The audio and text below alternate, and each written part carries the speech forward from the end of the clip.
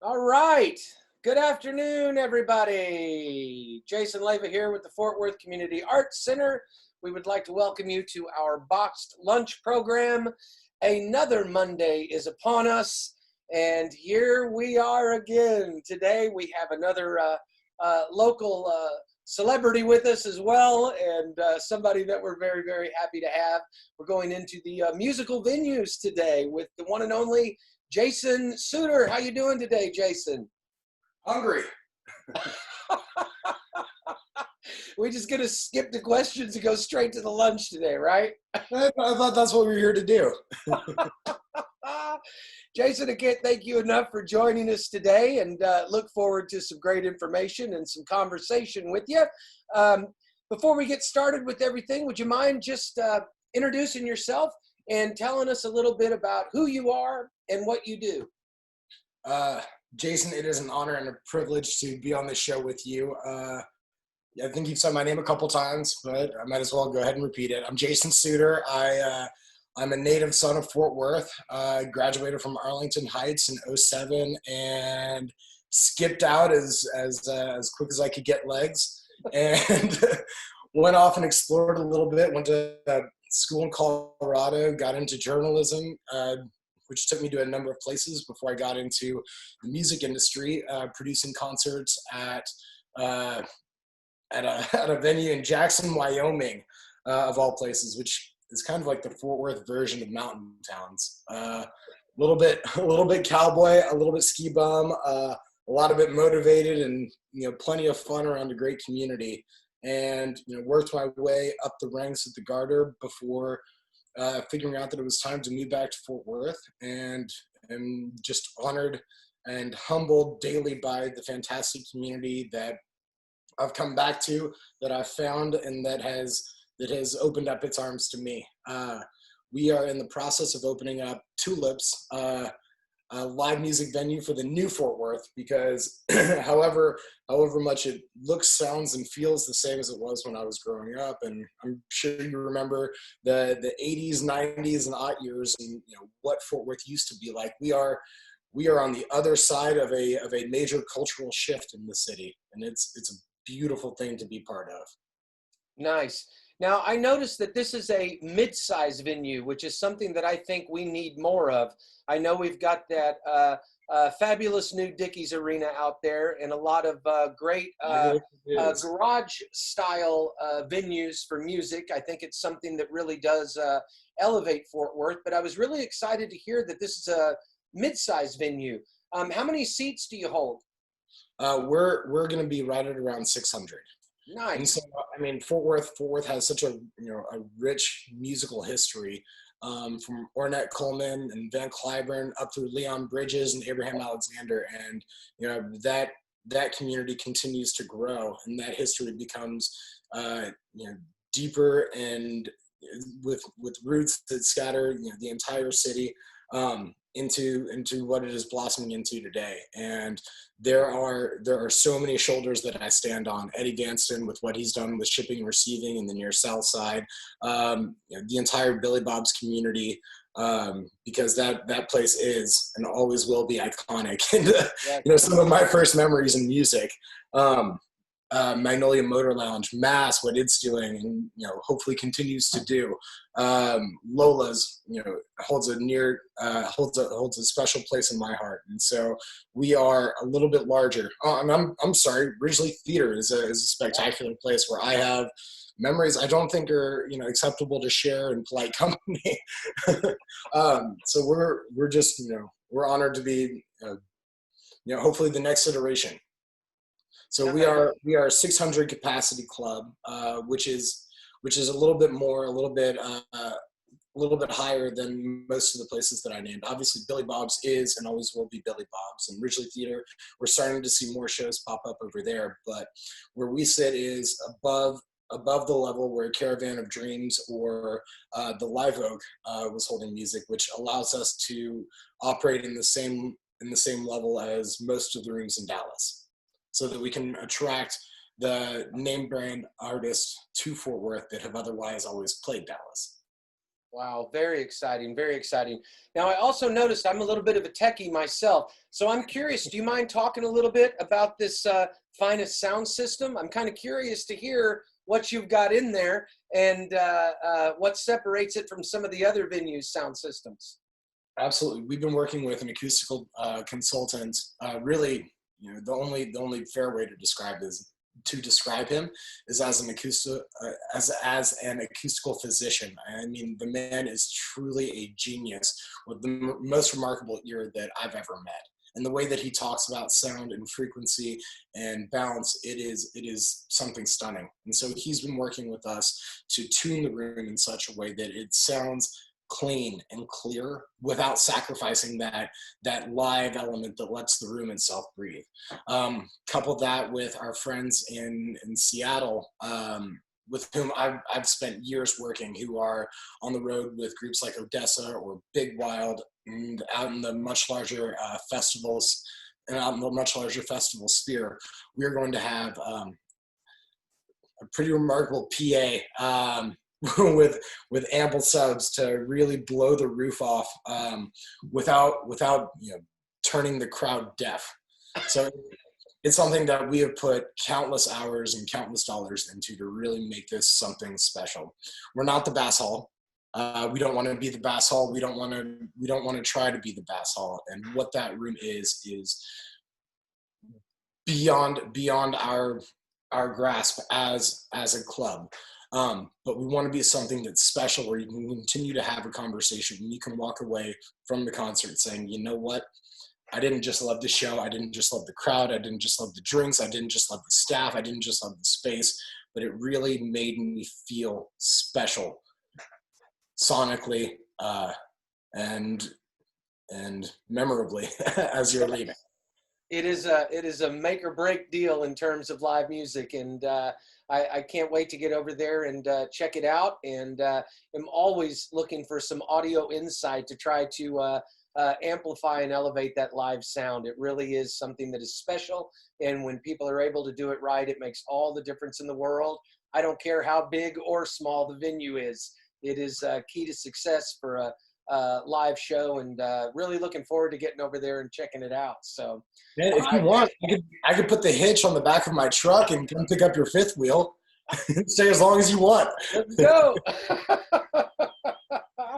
All right, so Jason, what is on your lunch menu? And do you mind talking a little bit about some of the ingredients that you use to make it today?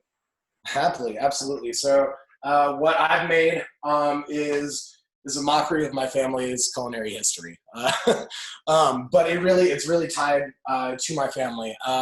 In the back, you see our Italian frittata, which is really just, hey, you take your leftover spaghetti, mix it with some Parmesan, milk, and eggs, and then you bake it into a pie. It's a great way to take advantage of what you don't eat, and gussy it up and make it something special. My mom used to make it for us when we were kids, and my sister, who loved it when we were younger, was so embarrassed because all of her friends thought it was so weird, and she would be the nerdy kid eating it. And I agreed with her friends. I thought it was strange, but all of my buddies, fell in love with the dish, and so I was eating well, trading my frittata for everybody else's food. And then next to it is my antipasti, which is one of my mother's recipes. So it's grilled peaches. And my favorite thing about Texas in the summer is going to the farmer's market, whether the Weatherford traffic, or I guess not Weatherford, whether it's out at the traffic circle, or, God, I guess they're not kids anymore. They're now adults who are selling peaches out there, or the Clear Fork or the Clear Fork farmer's market, and getting fresh peaches every weekend.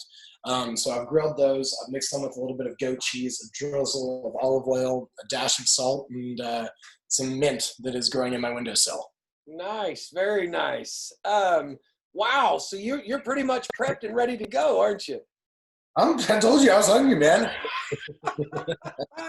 Fair enough. All right. Well, I feel All like I've had I'm to do for behind the the last eight few ball. months is expand my belly and get more and more hungry.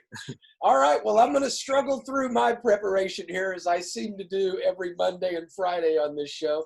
So today I have fallen back to the old faithful. I'm going with a hot roast beef sandwich. And then I also have a little side dish, which is my pasta salad, which is some fresh cucumbers and some tomatoes. I'm about to throw the pasta in some boiling water here, and then I'll mix all that together. We'll talk a little bit about some secret ingredients for the sandwich and stuff. But for the most part, I basically just have some jalapeno cheese bread that I had from last week's menu. It's so good, I figured I needed to use it and not waste it. So I'm going to try that out, and then just some American cheese and also some roast beef sandwich meat. And then for my pasta salad, I've got some cucumbers and some tomatoes and just some bow tie pasta that I'll throw together from there. So while I get my pans all heated up and throw my pasta in some boiling water, do you mind talking a little bit about how your organization and or you yourself have been reacting and or affected by the current pandemic and the state of the world? Well, I mean, it's an amalgam of issues that society is facing right now. I mean, from the pandemic and everybody's reaction to that, to the civil rights movement that we get to help propel and push our society toward the right side of history. So it's so much happening at a given time that there's no real. I guess the best way to say it is you can't necessarily plan for anything the way that you did 3 months ago. We can't predict. We can't assume anything. And so our preparations are really, I guess, with an open eye toward the issues that we would not have expected a number of months ago. Specifically in regard to the civil rights movement that we're seeing, we are given the opportunity to really push the ethos that we've had and maintained from the very beginning. Like I said, I've done some scooting around, and the primary reason that I came back to Fort Worth is that no community quite compares. I mean, we are, in my opinion, the most diverse place in the United States. A mixture of ethnic and cultural and socioeconomic and religious and moral disparities that come together to create this beautiful blanket that is Fort Worth. And so, especially being in the near South Side and being part of that community, we get to really embrace the variety of people that live in Fort Worth, that live in DFW, and we get to be a home, in my opinion, to everybody. And that is what I really want to emphasize, is that this gets to be the home that I didn't feel was accessible when I was growing up in Fort Worth. Whether you're a person of color or a different sexual preference, if you have red hair or black hair or blue eyes or green, it doesn't really matter, what you call your God. I mean, come find a home with us at Tulips. That being said, we are also concurrently facing a pandemic where safety and everybody's safety from a health perspective, is absolutely paramount. As we're planning for our opening shows, and we have Band of Heathens playing on the August 21st. We're looking at another show for the Saturday thereafter, and a smattering of events lined up throughout the fall. And we are trying to reconcile what we should and should not be doing, given that we are a 600 capacity music venue, and whether or not we should be, and we were talking about this earlier, whether or not we should be having a mass of people in the same space. And granted, we are fortunate in that we have the flexibility to operate as a bar in a small gathering space that allows us to get 50% of our capacity at an appropriate social distance. But we are looking into having a number of outdoor events and trying to work with our neighbors on making something that is open and accessible and inviting in a much larger capacity than just the confines of our space. At the same time, I mean, the entertainment industry, not just music, but entertainment has shifted so that, you know, while we were excited to be exploring live streaming and creating that platform, it has become an imperative where if people don't feel comfortable, if people don't feel safe dancing, sweating, drinking, surrounding themselves with strangers who may or may not have been practicing certain social distancing outlines, they can come be part of what we're offering from the safety and comfort of their own homes or work. And you know, you're at the office late at night and you want to turn on a concert, you know, just jump on our website. So we're still building out those platforms as we are building out the space, but live streaming and outdoor accessibility are becoming paramount. Gotcha. Now, you guys weren't open yet whenever the pandemic took off. How much did that affect you? Like, how close were you to opening before all of this happened? It's hard to say. We were working through, I mean, to be perfectly honest, we signed our lease on February 1st. I was like, all right, let's hit go. And so we were about a month into our plans, 6 weeks into our planning phases before we'd submitted to the city. And then the virus came down and society shut down. And so there was a, you know, a significant delay in there. You know, not that everybody wasn't still, you know, busting their tail and, you know, trying to make this happen with as much expediency as possible. But the truth of the matter is everybody kind of stopped. Everybody. I mean, you know, the government, the teams, everybody had to react to what was going on in the world and adjust. And you couldn't fault anybody for taking a little bit more time. And I think that we're still moving forward with an ideal timeline, but everything slowed down, and everybody across the world had to hit the pause button. So no, we were not open yet, and yes, we have been delayed by the virus, but it's something that we're all working together to compensate for. Nice. Now, I heard you say that you guys have been discussing and working on some virtual platforms and things. Have you found that the artists have been receptive to that and excited about, I say, any opportunity to perform? Are they on board with those kind of ideas? Honestly, it was the artists who spearheaded this project, or not project, but who spearheaded this endeavor. I mean, previously it was more of a challenge and more of a discussion, and you know, the conversation about licensing and distribution was a little bit more involved. But now that every artist has, you know, set up a Venmo account and played music from their living rooms, I mean, this is just becoming the industry standard. And like we were talking about earlier, you know, we are truly watching history unfold before our eyes. Yeah. And from so many angles. And the music industry is shifting right before our eyes as well. And I think Live Nation is going to require that all of their festivals allow live streaming. And it's one of those things too. If you're not live streaming your shows as an independent or corporate venue, then you're going to go the way of the dinosaurs, because we have been forced to evolve into the digital age from the Industrial Revolution, simply because we've been confined to communicating via Zoom. And you know, when you invited me to lunch, I was really excited. I was like, oh my God, somebody's going to make something for me. I don't have to get back in my kitchen. This is fantastic. But I mean, the digital world is where we now live, and if you don't embrace that, then you can't survive. Yes, absolutely. Yeah, but you know, it's going to be a lonely space in your house alone. That's very true. Very true. I certainly think that this will carry over in terms of the platform itself. And I've heard a lot of people talking, and certainly hope to see it develop as a tool, because it has allowed for audiences to grow. And I know that I myself personally have seen events, artists, and disciplines that I would not have had access to had that not come about. So while there is a lot of negative out there in the way that things are, there certainly have been some positives too.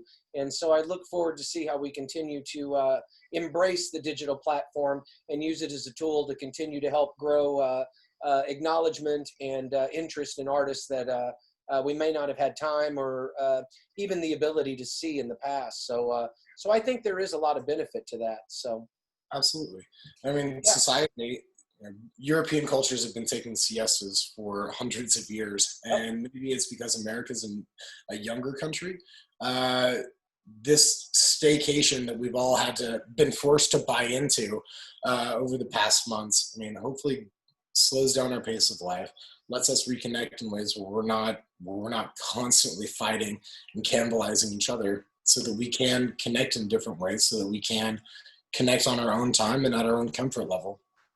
Yeah, absolutely. Lose the social FOMO. I know.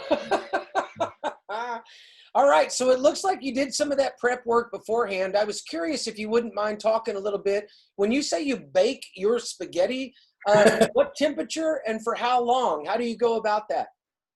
Absolutely. So standard spaghetti, we used to make it with the leftovers because family of five, there was always, well, I mean, as I got older, there became less leftovers, but no, you throw your leftovers into a bowl. You mix it with a cup of Parmesan and a cup of milk and 2 eggs. Stir it together. You've already got your pan heated up at medium low to medium heat, and then you pour it in. When you got your pan hot at medium to medium low heat, you grease the pan so that all the spaghetti sauce doesn't burn and stick. And then you pour in the spaghetti, let it go. As you see it start to boil, you turn down the heat a little bit and let it go. You take a pan and you steadily push down the sides and separate it from the pan as you're going. And about 20 minutes in, you'll put a plate on top of your pan, flip it over, remove the pan, put another plate on top, flip it back over, grab the pan, put it on, and then put it back on the stove to heat up the other side. And the best way to do it is after you're done with dinner, create the frittata, leave it in the fridge overnight. So it's nice and cool, and it creates a fantastic lunch when you're going into work. It's my favorite treat to take camping with me, and Oh yeah, with my friends. Yep. But it's really, I mean, it's pretty simple. If it smells like it's burning, it probably is. great point.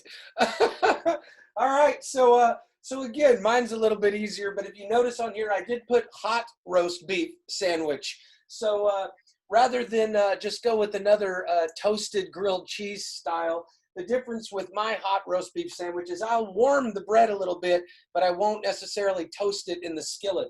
But what I do is I do take the lunch meat and I put it inside the pan. So I use a little bit of that butter on my bread, and then once I've just kind of warmed up the rolls and stuff that I'm using for the base, then I throw that lunch meat in there as well. So that's what gives it technically the hot roast beef nomenclature that you see on the thing there.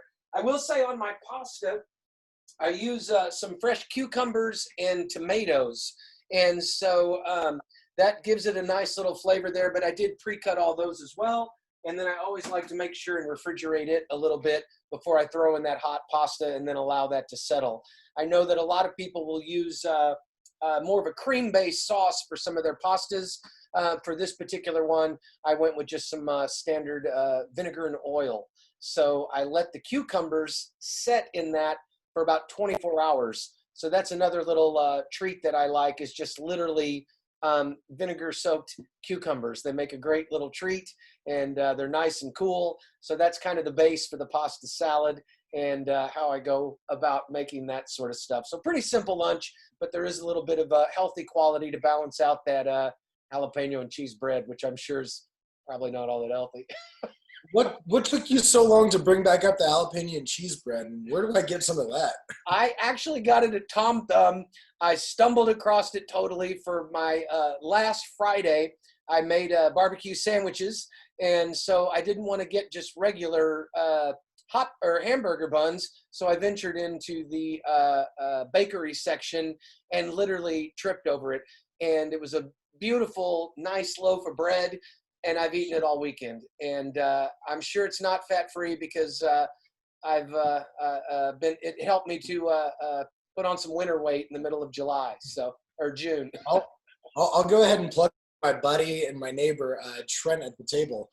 He, I think, makes the best bread in Fort Worth, and he's had jalapeno and cheese bowls before, and he sells them at the Clear Fork Farmers Market on Nice. Saturday, and then Wednesdays, at least on Wednesday at the table. And so honestly, man, I highly recommend going and trying his bread.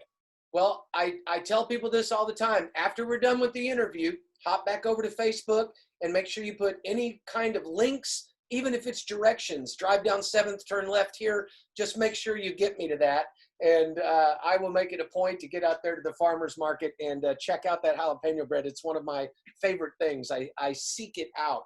And so I'll be more than happy to go out there and support him. All right. So go ahead. And while you're in the neighborhood, come see us over at Tulips. I absolutely will do it. So while I'm cooking this pasta here, I was curious if you'd talk a little bit about what have you learned about yourself and your organization during all of this trying time? During coronavirus? During all of it. I hesitate to even say pandemic these days with all of the other things that are going on. I know I've learned a lot from the pandemic. I've also learned a lot about myself with all of the other things that are happening in the world today. What have you seen in yourself recently?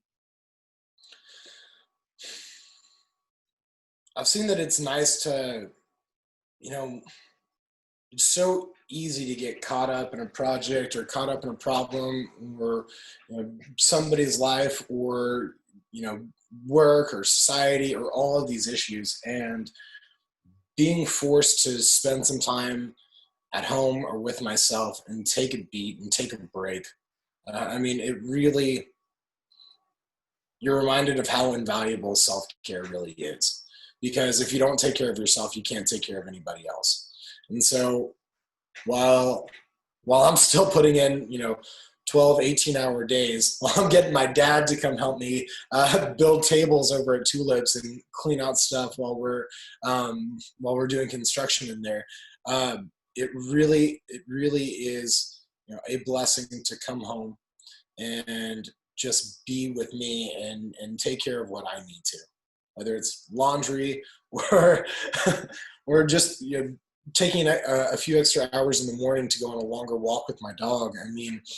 It's so nice because once I've hit the reset and the recharge, then I can get back to checking in with my friends. Then I can get back to checking in on my friends' businesses. Then I can get back to checking in on what's actually happening in the world, from all of the chaos that we're getting in the news on a daily basis, and the strife and the animosity, and actually feel ready to take on all of the issues that we face on a daily basis. So what I've learned is how to build this balance it's really hard to develop on your own. Yeah. Or that was very challenging prior to. Yeah, really. And it's been really interesting to see what has risen to the top mentally and emotionally for people. And I've been really interested to see how our priorities have shifted. And there was a lot of things that we thought were important. And I think people are really getting back to a base of family, friends, self-care. And again, I hope those things continue on with us whenever we continue to adapt and open back up into what people consider to be this new normal. I really do hope that a lot of those traits and things come with us as we move forward, especially the ability to just slow down and look around. It's also something that I've been very grateful for in the current climate. It really has caused a lot of us to really just slow down. And just by doing that alone has opened my eyes to, again, how important time is and the value of that time and what we do with it. So gives you the opportunity to create space for love and connection. Yes, absolutely. I could not agree more. And I do. I hope that comes with us as we move forward and get back to uh, the way people assume we should be operating. And I hope some of those traits carry over and help us develop as people as much as business owners and artists and all of that. Well, because that's where it all comes from in the arts is inside. And I think there's going to be some really inspiring art that comes out of all of this when people are able to get out and share what they've been working on. So, like Tony Williams' Juneteenth celebration, or not celebration, like his memorial piece on the wall of the Soma parking lot. yes. Or the projection on the wall of the former Clan Hall last night that said "No colors, Black Lives Matter." Yes, absolutely.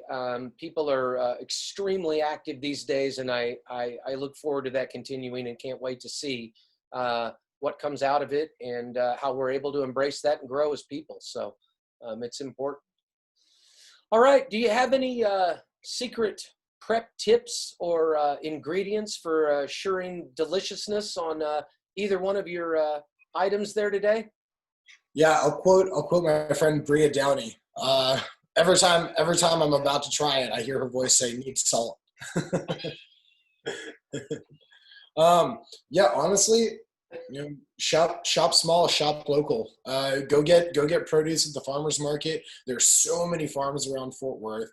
The peaches, the herbs, the ingredients, the tomatoes. Oh, always the tomatoes. And also, if you've got time and you're celebrating in the kitchen, create something special. I've been infusing my own oils. So I've got an herb oil. I have a smoked salt. I have another oil that I made with roasted garlic. And these little things that if you've got an extra hour in the kitchen and you got some good music, play around with it, experiment with it. But yeah, shop local and shop not organic, but homegrown. Nice. Yeah, my secret ingredients again, they're becoming less and less secret because I find them I use them in everything. So for my roast beef sandwich, it's just the extra hot horseradish. It's a great little topping for roast beef. And then, like I said, for my pasta salad, I cannot stress it enough how important it is with that vinegar and oil to let it set for a little bit of time and really soak up and soak into those cucumbers. I don't do it on the tomatoes as much because they tend to get a little mushy, and I like the tomatoes to be a little bit more crisp and fresh. But that base in the cucumbers really does add a nice little flavor to it. And then now that my pasta's done, I just dump that in there as well, and then just put all that in there as well, and I'll just give it a nice stir and probably eat more of that than I do the sandwich. So I'll get that ready to go. And while I'm doing that, I was curious, what item or food venue are you most looking forward to indulging in once you venture back out and into the world? Oh, JJ's Oyster Bar. Man, I know they're not open yet. It's killing me. Crawfish season's over and JJ's has been closed the entire time. And is that your favorite item there, crawfish? If my parents told me that I was conceived at JJ's, I wouldn't be surprised. I've been eating there quite literally my entire life. That place is as much a home as anywhere I've ever been in my entire life. No, their gumbo is unlike any other gumbo I've ever had. It's it's a thick roux and it's red and it is just the best soup ever. I feel the same way about their shrimp cocktail. I absolutely love their shrimp cocktail. It's right by the Art Center, and I always look to see if they're open yet. So I am certainly with you on that one. So what's become one of your favorite stay-at-home activities? Besides cooking? Yeah. Honestly, just more time with the puppy. I've been playing around with the bar a lot, I guess. No, I love to cook. I've been tinkering around on the piano a little bit. I've been drawing a little bit, and honestly, not going out at night has probably been my favorite stay-at-home activity. It's tough when we're in the industry because late nights are a constant, and I have really learned to enjoy that 8 o'clock and being inside is something that I am not at all used to, and it's been amazing to understand that there are actually things going on in the world outside of a theater besides theater, and so that's something that I have also really learned to embrace. And some of the best walks that I've been on lately have been right around dusk, and that's not a time that I'm used to being out and around. So it's been pretty cool about seeing those sort of things. So I don't know about you, but with all this time at home, I finally get the opportunity to listen to all the wildlife that we have in Fort Worth, and like be able to designate between the mockingbirds and the sparrows and the pigeons and the grackles and the cicadas and the crickets, and there's just so much wildlife in Fort Worth, or at least those that sing. So it's been pretty nice being able to sit and delineate which one's which. absolutely, we have a little pond out here, and a fountain more or less, but there are all kinds of frogs, and I've become obsessed with learning the habits of frogs. Like, they only come out at the temperatures like under 78, and there's a real window of opportunity. One beckons, and then they just start showing up from everywhere. It's been amazing. And so, yeah, I've been obsessed with frog culture over the course of the last Cool. few months. And So these natural anti-mosquito agents don't come out during mosquito season.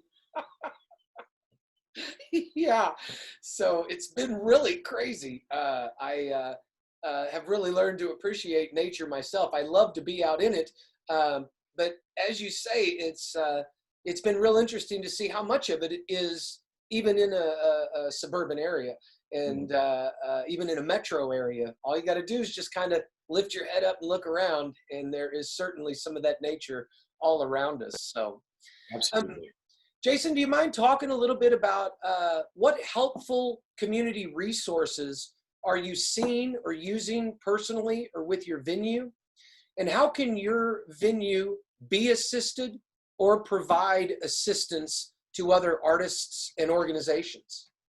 So here, Fort Worth is really a remarkable initiative that the city of Fort Worth has gotten behind.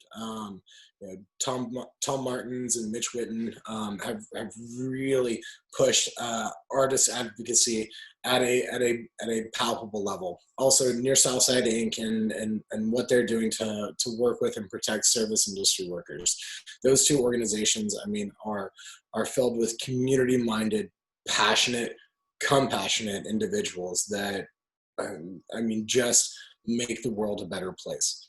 And the way that here Fort Worth really does work with the musician to help them access the greater industry outside of Fort Worth and find those tools to successful careers within their scope is just nothing short of brilliant.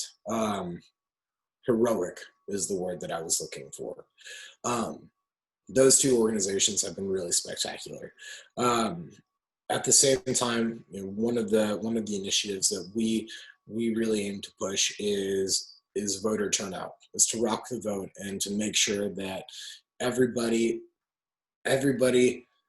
with a social security number really is capable of making their voices heard at a local, state, and federal level. I mean, that is our first imperative as Americans, is to support the democracy, so that if we don't like something, we change it. And without access to voter registration or voting booths, we don't have that, and we see so much suppression. And there, in my opinion, there's nothing more criminal whatsoever than to take somebody's voice away from them. And it's recognized in the First Amendment, and it is protected. And to villainize our ability to voice our opinions is just damned un-American, is what it is. And given that we are a diverse group of people who speak different languages, communication is demonstratively the most important thing that we can possibly do. So I want to make sure that we have a voting registrar at Tulips throughout this election cycle. Once we get our doors open, if you need to register to vote, we want to help. We want to help make sure that you are registered and that you can get to the appropriate place. Nice. Great information. So make sure you get those links out on the Facebook stuff as well so people can find those. And absolutely could not agree more. We have an opportunity to speak with our ballots, and I certainly hope that we're able to do that.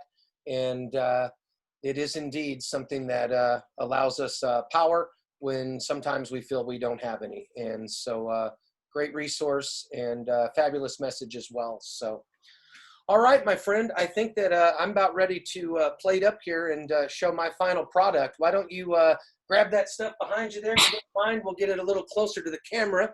And I'll go first while you're checking yours there. So so there's my roast beef sandwich there and that wonderful jalapeno bread.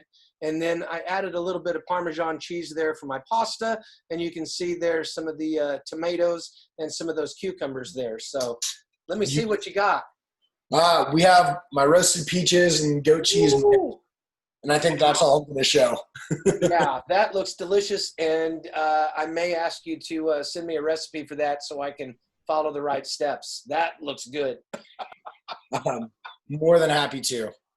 This is not my recipe. I was just happy to steal it. Or what is it that Dolly said? Immature artists imitate, mature artists steal. All right, let me see that spaghetti. Where's it at? Oh man, it is terrifying, is what it is. Oh, nonsense! Just pass it over real quick. Here's wow. my that totally looks delicious. I would absolutely try that. I made plenty. Come on over. All right, Jason, I think that's getting close to wrapping it up. I've got one more question. This is probably be the most important one. How and where can we find out about Tulips and or keep up with you and what's going on with your organization? Absolutely. Please follow us on Facebook and Instagram. We're working on TikTok as well. Tulips FTW is our tag on any of those platforms. Otherwise, go to tulipsftw.com, which I hope we all know is for the win. Tulips Fort Worth. So tulipsftw.com, at Tulips FTW. And we're going to be at 112 St. Louis Avenue, renamed 112 T-Bone Burnett Way. So come see us, come hang out with us, come drink with us, come make memories with us, come tell stories with us, come build a home with us. Nice. Jason, I can't thank you enough for coming on today. I've certainly enjoyed our time together. Wonderful information. Please stay safe out there. And we're just so grateful for you to take the time and hang out with us today here at Box Lunch. So thank you. Thank you. Man, it was an absolute pleasure. And honestly, the appreciation is unmitigated. Thank you so much for having me on your show. Absolutely. Ladies and gentlemen, that wraps up another episode of Box Lunch. Make sure you follow us at the Fort Worth Community Arts Center on Facebook, Instagram. Head over to our YouTube channel. We've got some wonderful content there. We will be back on Friday with another episode. And with that being said, Jason, bon appetit. Take care of yourself. We'll see everybody real soon. Stay safe out there, everybody. Have a great day.